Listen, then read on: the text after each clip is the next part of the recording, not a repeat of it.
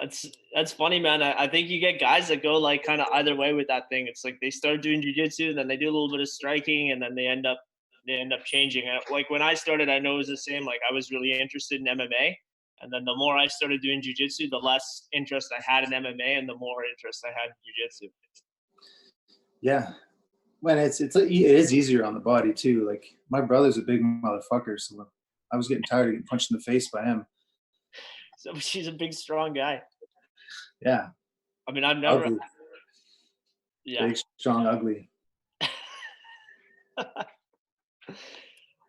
Man, I mean, I'm not one to talk about any of that sort of thing, so I'm gonna digress on that. Yeah. But realistically, like when you get like, I remember one time he hit me so hard in the fucking nose, the blood just splashed, and I ended up having to take like a week off. Oh, You usually you don't really get that in jiu-jitsu unless it's an accident, right? yeah, You're constantly punched in the face. You're constantly sore, headaches. I love it. I love MMA. Just jiu-jitsu, you can keep on. And I like that you can go 100 miles an hour in jiu-jitsu. You can go 100 and not hurt anybody. yeah, for sure. You can have that intensity and not have the injuries as well, and then like even like the impact on the body, right?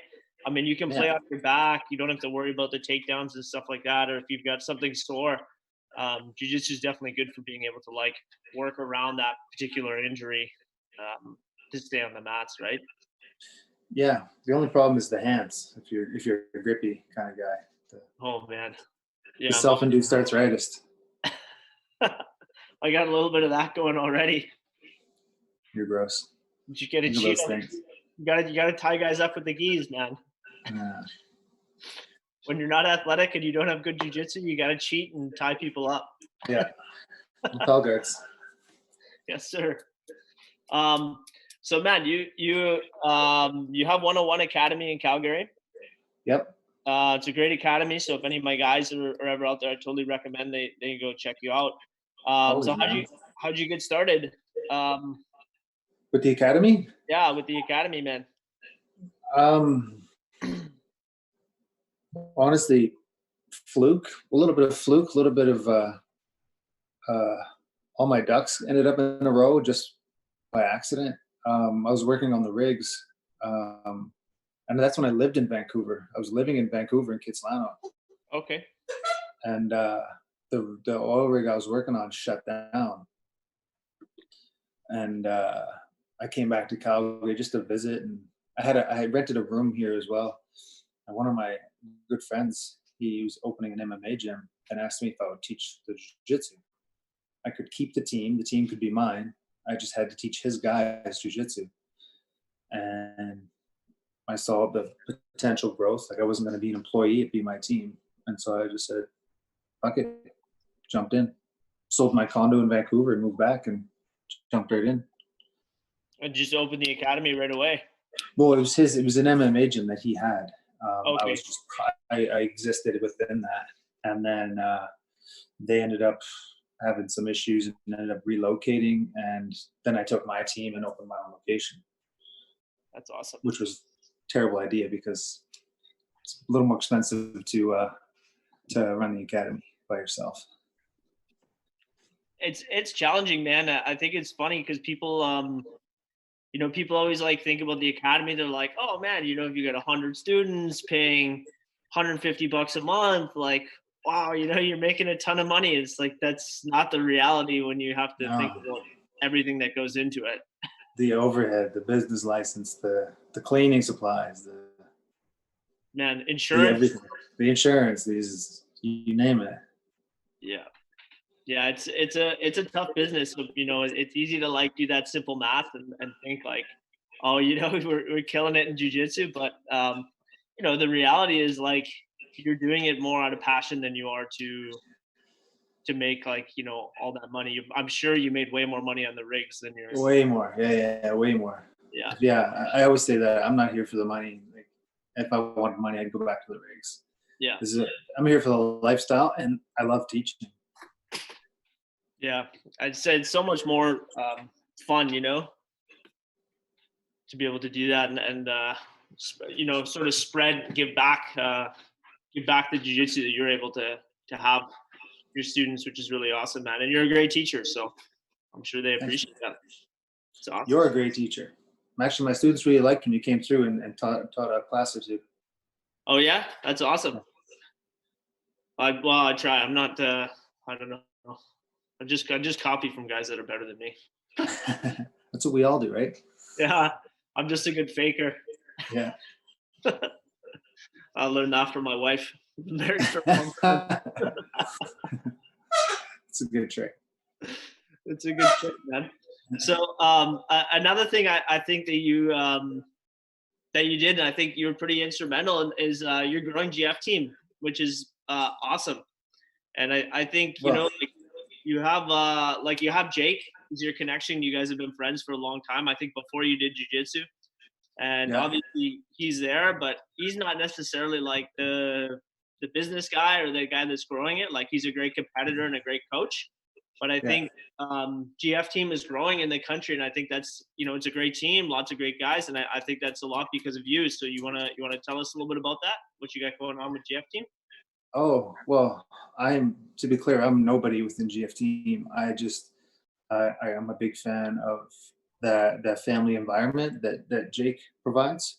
And like you said, he was a friend of mine before GFT. And when I was looking for a team, or meant like it's nice to be. I'm an athlete. I like having someone yell at me. I like someone having teaching me. I think I shine better as an athlete. I never thought I'd wear the coach hat, but I do like it. So I was looking for someone that I respected and felt that connection with, right? And I did what everybody else does. I reached out to a ton of teams. I won't name drop, but everybody seemed to be very money motivated, and the relationship seemed to immediately change once you add the money. And I'm happy to pay, but if all you want's my money, then I didn't want to be a part of that. So then I just like I don't need to go anywhere because I've known Jake forever. It's like just wasted all this time shopping around, and um, but yeah, then I landed back with Jake, and especially after I met Julio, like what a fucking good guy he is, Yeah. and he has the same mentality. Julio's no better businessman than Jake, but he's just a No. good guy, and people want to be around him. He's good jujitsu. I didn't get to roll with Julio. Holy fuck, that guy is strong. He's like 3 inches shorter than me, but probably 10 times stronger. Oh, really? It's insane.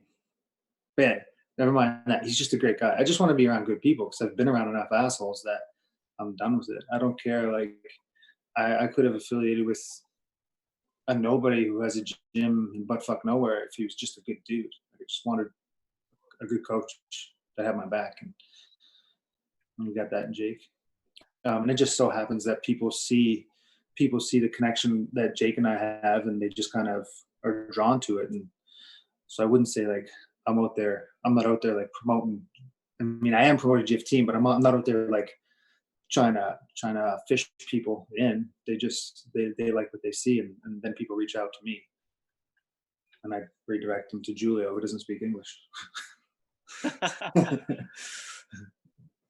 You know what though? Like that's like that authenticity and that like genuine friendship that you can't fake that. You know what I Can't mean? fake it. No. And man, just to go back to what you said, I think a lot of people have sort of like that same feeling. There's a number of places you can go where you can just like pay and be part of the team, Yeah. but actually being part of the team is a little bit different.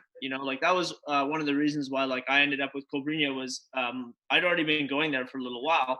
Mm. And like when we talked about like being an affiliate or, when I'd see other guys go, the first thing Cobrinha would say was, well, before we even like talk about that, let's get to know each other first. Let's spend some time together. Let's see if we're a fit. Yeah. And so you got to respect that it's not, the money's there. I think maybe, if you pay for an affiliation, there's nothing wrong with that. But I think that's out of respect. But the Yeah. underlying thing would be that friendship, and like that, Absolutely. having a coach. Yeah. Uh, All these guys that want that money, they deserve it. But we as students also deserve the relationship. Like especially we're fighting each other. We fight hard too. So I don't want some guy that doesn't give a shit about me, and then it just doesn't feel good, right? I have one 101 Academy affiliate, and I've had a handful of people ask, and I'll always say, come to the gym and we'll talk. Like let's like you said, let's meet, let's hang out, let's get to know each other because you're not gonna buy a black belt off me, right? That can't feel good. And that's the other reason I really came back to Jay because it doesn't feel good to like pay for your black belt. You know what I mean? You sign with this big affiliate, then you get your black belt in a year or two, and maybe you've met this guy once or twice. I don't like that feeling. So I'm a big believer in that vibe and that the connection. Yeah, I think that's man, that's a really good point because it's you always have to think that or like for me like we have just a couple affiliates as well, and those are the same thing. It's like you have those relationships because for me, like I'm thinking about like all the time and effort I put into my jujitsu and like building my own, like my own, like people know me like building like my own brand, whatever. So Mhm. anybody that I give a belt to or is affiliated with me is like a representation of me. So it has to be Right. somebody that like I'm gonna trust that is gonna like represent me and like all the work that I put into building my jujitsu, right? So I mean, we've been going for we're in our 8th year now at Genesis, and I've given out. I have two black belts only. So Yeah, that's right. it's like It's a two-way street. It's important for us to have a good coach, but it's also important to have good students. yeah, and those relationships, man. I think that's super. Yeah, super important, man. And it's cool to see like other academies out there like you guys. I think are really similar where you have like that family vibe. And I like what you said too about like you have to have that respect and that friendship if you're gonna fight your friends. you know Yeah, because if you're gonna go out there and like roll really hard and like it's not like a good environment, then the vibe's not good. Like who wants to go and do that? It's not fun. right. We've all seen those roles get escalated because there's no friendship there. Like Yeah, I got a few guys that like you'll even hurt them on accident, but you go so hard like or they don't want to tap or something, and it escalates. And when you're friends, it can escalate, and it's fine. But if you get two guys that are within a bad environment, that escalation turns into like a real hostile, almost like a violent altercation. yeah, I've seen that too, where it almost turns into like your jujitsu roles turn into like an MMA fight. yeah. It's no good. It's a bad time. And Yeah, the, definitely. the the other thing I wanted to say about like people that want to affiliate with me, I always make sure that they come meet me first because my situation is different. I've spent a lot of time in prison, so when you want to be around me, you need to know what you're taking on, right? So you have, and I have to be okay with them representing me and what I'm trying to do, trying to rebuild my name, right? So when they want to be a part of my team, they need to know everything and what they're getting into. And then if they're not okay with it, then high five and good luck. Ben, you touched on 2 points there I wanted to ask for mention. So the one, yeah, I going back to what you said, I think also like if you don't have that friendship when you're training hard with people, then you really limit too like your growth in jujitsu because you're only gonna do stuff that like you're really good at because then every round is a fight. But if Yeah, you're able to train hard, but it's with a friend, you're willing to try different things and open up a little bit, and then that's how you grow your jujitsu. So I think that's actually one of the biggest limiting factors with the teams that only train really hard, but it's like that super competitive environment. yeah. Is like they There's get no tough. trust. There's Yeah, no trust, you get tough, but you don't. It's harder to develop that technical proficiency because you're not right? learning in the Yeah, same you won't way. stray off your A game because you don't want to have to say, "Yeah, he tapped me out today." There's no Exactly. trust, right? Like when my guys know, like I remember I let one of my pro belts tap me out because I was just trying something new. I wanted to get really deep armbar just to see if I could get out. And I ended up tapping, and he's blown away. He's like, what's going on?" I was like, just keep rolling, bud. It's fine. Whereas some Yeah. other guys, if I didn't have that relationship with them, they'd be like, hands up, I won. You know what I mean? Run Bragging. out of the gym, take off the gi. I quit. I'm done. I got coach. You start writing their Facebook posts. I did That's it. right. I can quit. I can quit I'm now. basically those are the guys that are on Reddit. Yeah, I'm basically a black belt now. Yeah. Coach let me get his back and put a rear naked choke in, and I finished it. So Yeah. things are getting Promote me now. serious. Um, yeah, man. And so you touched a little bit there on your past a little bit as well. I think Yes, sir. that's a really interesting story, and I'm sure you get asked about it a lot. All the time. Yeah, man. I don't know if you're comfortable just like with a Ask away, brother. no, just man, it because I think like I know the story a little bit, but I think like for me, it's really motivating to see like to see sort of where you came from and how you were able to like evolve and to like Mm. see you now, because I've only known you for the last maybe like 5 years or so when I met you with Jake. Five And magical years. what's that? 5 magical years. 5 magical years. But man, like before I met you, like I'd seen your story and like I knew a little bit about it. And so like you see like this guy who's like really changed his life, and to become now where you're like to me, like I see you as somebody who's like put himself out there like as a pillar in the community and is doing stuff to give back. And Yeah. so for me, like I think like seeing that background story and seeing where you are now can act as like a really motivating story for a lot of guys, because you see somebody who's done it, who's like really 100% changed their life around. You know? Yeah. Well, I could say two things. One is like owning it is extremely powerful. Like I used to hide it. People would ask me, and I'd be like, no, I was always an angel. Never been in trouble in my life. Owning it's powerful because then you stop feeling you have shit to hide, and people flock to the honesty. And again, like you said, the changed, right? Because either someone can relate or they respect the honesty, one of the two. But it has been like we're talking like 1998, so it's been a long time. Um, but the journey has been uh, from going from like if someone would bump me on the street, it'd be a fist fight, right? Just every problem was solved with like punching. Um, and then in and out of jail. And as I got better at jiu-jitsu, the less I wanted to fight, which is weird because people have said that to me before. Um, just about I was doing security once, and I had this big motherfucker. He was just trying to fight me, and this is actually why I quit security, because everybody just wants to fight when they're out drinking. And I wouldn't fight him. I was like, man, I've already worked out today. Just go away. He wouldn't go away. I said, you know what? Okay, let's go. Let's fucking go outside. We're gonna fight right now. So he's like, okay.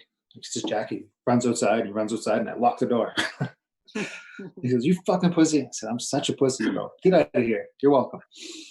But the next day, he actually messaged me because someone had told him that I did jiu-jitsu. Well, I was kind of an MMA guy back then. He messaged me and apologized.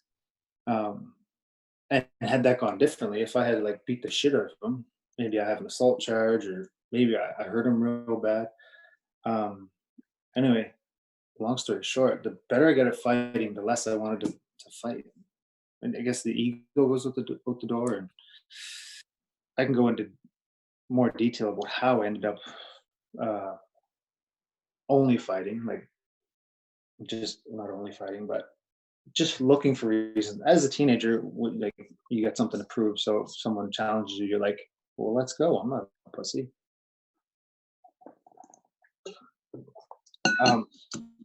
But it started very young, and just I would say I'm self-taught getting out of it, with some influences like my brother and father like trying to drag me into the gym, but it was like like I was kicked out very young, and it was like fend for yourself, and you gotta figure it out.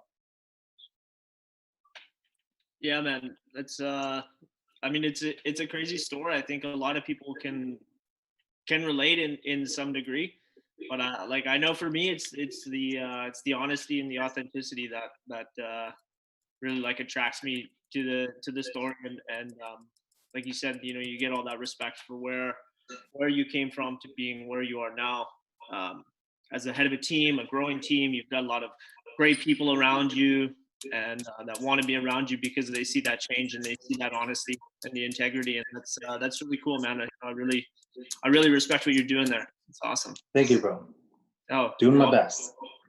No, it's great, man. It's really good. I think your students are, there's a lot of guys out there that have gyms, and I think they have gyms maybe for the wrong reasons. You know what I mean? And yeah, that's everywhere, but yeah, for sure. But I think with what you're doing, I think you set a good example for your students, and I think that's really awesome, man. I think they're lucky to have a coach that has that integrity and that honesty. Yeah. Well, it's been a journey. What's that? It's been a journey. It's been a journey. I can imagine. The front end of that wasn't fun. It's fun now. Actually, my students love asking me questions about jail and about the guy I was back then, because back then I was wound really tight. Now I'm super calm, and people have a hard time getting a read out of me because I'm so calm. But the front end of that was not fun, in and out of jail. This back end where I'm super chill and open and honest, it's easy. Yeah, you're definitely, man. I definitely think I'm very calm when I think of you. It's definitely sometimes hard. Like, I'm like, is he joking with me? Or yeah, sometimes I do that on purpose. But I could, I know you're a smart guy. Like, let's go play around a little bit here. I tell my guys. A friend of mine I told a couple weeks ago. I was like, if I make fun of you and I smile, I'm just joking. But if I make fun of you and I don't smile, I'm dead serious. That's it's like kind of like saying you're ugly, Jason. Fuck. Right? Or if you're dead serious, fucking ugly prick. Yeah. Well, that one's hard. The jury's out on that one, pal. Unfortunately, people can see my face right now, so. I think I got a couple of my ugly students watching us now. Yeah, there's a few popping in and out, man. That's awesome. So the other thing I wanted to ask you about, what else you guys have going on? I think you guys have Parabellum as well. Yeah, me and one of my students have Parabellum kimonos. It's going well.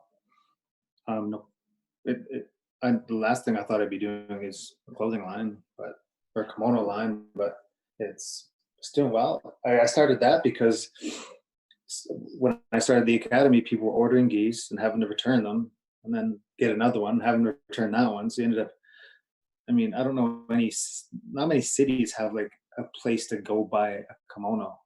And you know yourself, you try one. They don't all fit the same. So you order, sometimes I take an A3, sometimes I take an A2. So my thought was, let's just make some 101 Academy kimonos. And we did, and it went well. But I ordered a big batch, and so I ended up with this stockpile of kimonos. And so I was like, oh, we should probably take 101 Academy off it so we can sell these in the city. And then we did Parabellum. That's awesome. Yeah, those are the gis are nice, man. I know my brother's still training in that one. We got him last year. And that belt you guys gave me, that super light belt, it's my favorite belt, man. I love it. All the guys like that little one. I like the big fat ones.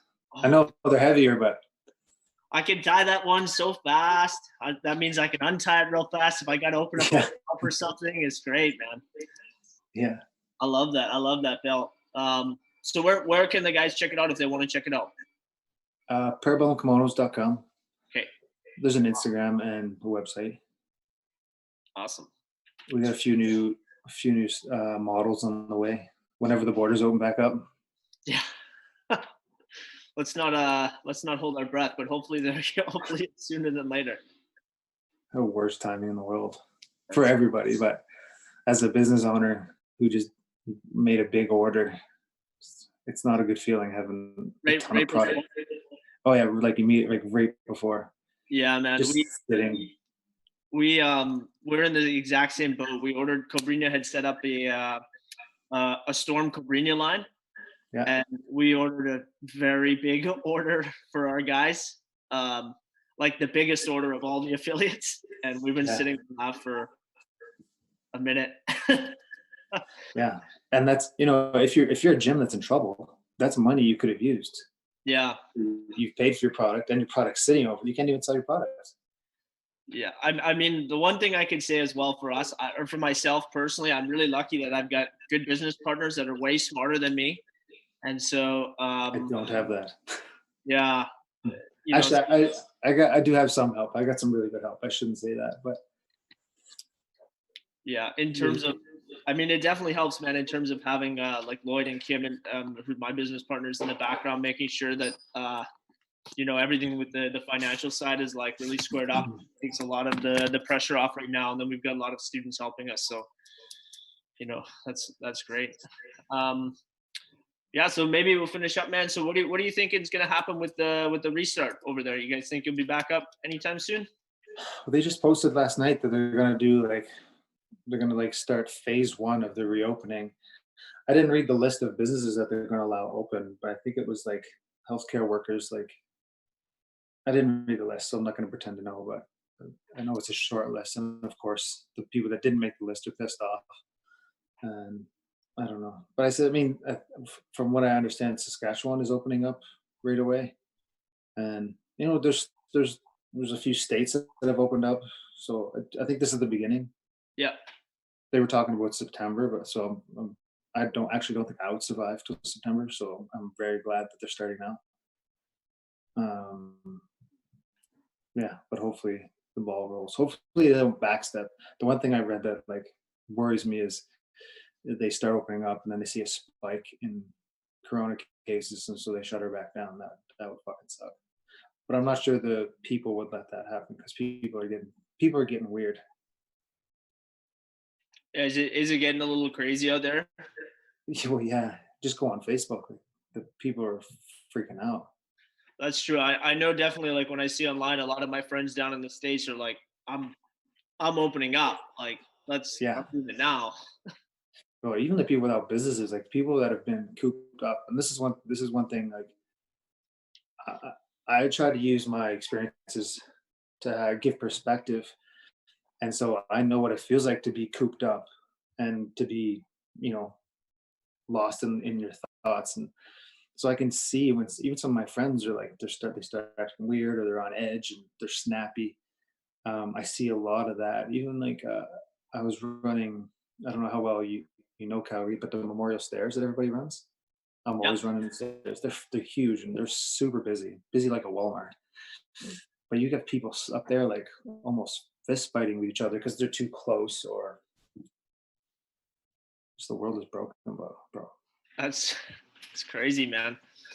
I think that's what we had like a lot of that stuff here, like with the grouse grind, and then Yeah, all the cities kind of have their own mountains. So like we have like an Abbey grind out here in Abbotsford, and like all these different things. But I know like that's why they closed down a lot of those things here, is because people were cooped up, so they were going outside, and then like man, like I'd be out on like the trail like running, whereas like normally I don't see a single person, and I'm seeing like 100 people on a trail. Like yeah. it's Like crazy. I couldn't even run those stairs the other day. Like they had to actually, so at the top of the stairs there's a street and there's a community there. Usually there's like a handful of cars there because they park and then they run the stairs. Yeah, There was like 100 cars there and people were just hanging out and drinking like it was a nightclub at the stairs. at the stairs. And so they ended up closing the road because it was just too busy. Wow. And yeah, I don't know. I'm not political. I don't claim to, I'm not a doctor. I don't claim to know everything. But trying to fix one problem is creating another problem. It's creating another and another and another. It would just be nice to have some normalcy back, as long as everybody's safe, which I think we are, given the numbers that everybody's sharing. Yeah, I think so far, man, I think we're doing pretty good. I know for us, we're hoping tentatively we can get back maybe early June, mid June, and then whatever that looks like. I know we've been looking at like maybe there's a limited number of people in the gym at a time, space in between classes to like clean the mats, Mhm. maybe having like dedicated training partners, like groups of like three or four, That's like a good idea. yeah, where like maybe you only train, like let's say you have, your group of three or four, and you're going to come in Tuesday, Thursday, and Saturday, and you just train with those three or four guys, in a smaller It's a group. good idea. So I mean, I don't know if we're going to have to do that stuff, but I know that's something my partner and I, Lloyd, have sort of been like tentatively planning, like if we have to. So I'm just trying to get prepared if that is the case. Are you gonna roll with everybody? What's that? Are you gonna roll with everybody? Are you scared of the corona? Me personally, Yeah, I how do don't you feel know. about it? I'm more. I just my wife actually works in the hospital, Mhm. and she's pregnant right now. So I'm more worried for her than I would like. I'd be more worried about like giving it to her than I am for myself personally. Yeah. But I don't know. Or like the other thing I think is it like as a healthier person and like maybe you have it and then you don't know. You know what I mean? And Yeah. then give it to like like I feel great. I'm training anyways. Maybe like I have allergies, so like I think I have seasonal allergies and I have this thing and I give it to all my students because I'm rolling with everybody. You know. Well, eventually we'll all get it anyway. Well, yeah, I think you're right. I think that's the whole herd immunity thing, right? Yeah. It's not going anywhere. No, well, and that's the thing, right? People keep talking about like waiting for the coronavirus to go away. It's like, dude, things it just doesn't just go away. Doesn't go away. The flu doesn't go away every year. Yeah. It just changes a little bit, and we deal with it. Yeah. That's right. So, Are you getting to train at all? me personally, I am. I'm lucky. We moved like right when this whole thing happened, and put a basement suite in my new house, and one of my black belt Jordan lives in the basement. So Nice. we're kind of like quarantined together. So we're training. Perfect. Yeah, you know. So we're getting to drill or roll, quite a bit, doing the classes and stuff together. So me personally, I'm able to still train. So you're not getting fat. Uh, I'm eating a lot more than normal for sure. Just being around the house, I've put on 10 pounds. 10 pounds, get big. Yeah. I'm sure it's all muscle though. Thank you, brother. Jeez, Thanks for saying that online. I'm No, scared, man. it's not. Not me. No. I think it's a little of both because I do have we do have weights in the gym, so I can go in by myself and have a Yeah, lift. So maybe a little muscle, but definitely a little soft too. man, you've got that gnarly kettlebell with the drill, the It's big so fun. the big drill bit you made. That thing's amazing. How heavy is that thing, man? 104 pounds. 100 guys. If you haven't seen that, guys, check it out. It's amazing. It's like you had like a guy, like a steel, like a fabricator, like weld a handle onto a rig, Yeah, an oil rig drill bit, right? yeah. It's We've so used that drill bit. I took that the last rig I was on gave it to me because it didn't work anymore. The cones on it are supposed to turn. They stopped turning and they didn't want them to break down whole. So they just said, throw it away. And I was like, does that mean I can take it? Yeah. So I took it. She's fucking heavy. 104 pounds, and you're doing Turkish get-ups with it. That was a terrible idea because it rotates. And I call it, what I should have posted the fails as well because I almost dropped it on my head. And that thing's designed to go through everything. So I don't think I'll do the Turkish get-ups again. Like there was some genuine fear of dropping a 100-pound drill bit on my face because it Man, starts to rotate. Yeah, I won't do that again. The kettlebell swing I'll keep doing, but not the fucking drill, the Turkish get-up. I have a black belt in my gym, and she's like 100 pounds. So you could just do a Turkish get-up with Steph. Yeah, bring her on. It's way safer. If she falls on my head, I'll be okay, I think.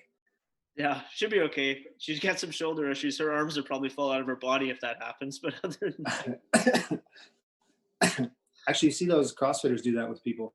They yeah, crunch up into a ball and they do the Turkish get up with them. it's I'm crazy. gonna I'm gonna put it on my list of things to try. See if I have someone that size. Oh, I don't know if I do. you got some smaller purple belts and stuff. I don't think I do. Oh, maybe a net, Yeah, I don't know how but small. she's not. I don't know. I'll find somebody, or maybe I'll just try my brother. Just go big, Go big or go home. go big. The tank. All right, CJ, that's amazing, man. Well, I think that's it. I don't want to take up too much more of your time, but I really appreciate you coming on, man, and sharing that little bit of insight. I think the guys are really going to appreciate it. Thank you, brother. Anytime. Let me know when you're in the city. I will, 100%. And guys, if you're watching, make sure check out if you're in Calgary, go see CJ at 101 Academy and parabellumkimonos.com. They've got some great stuff. Thank you, sir. Okay, brother. Appreciate you, brother. We'll see you Yeah, soon. yeah, absolutely. Take care, CJ. Peace out.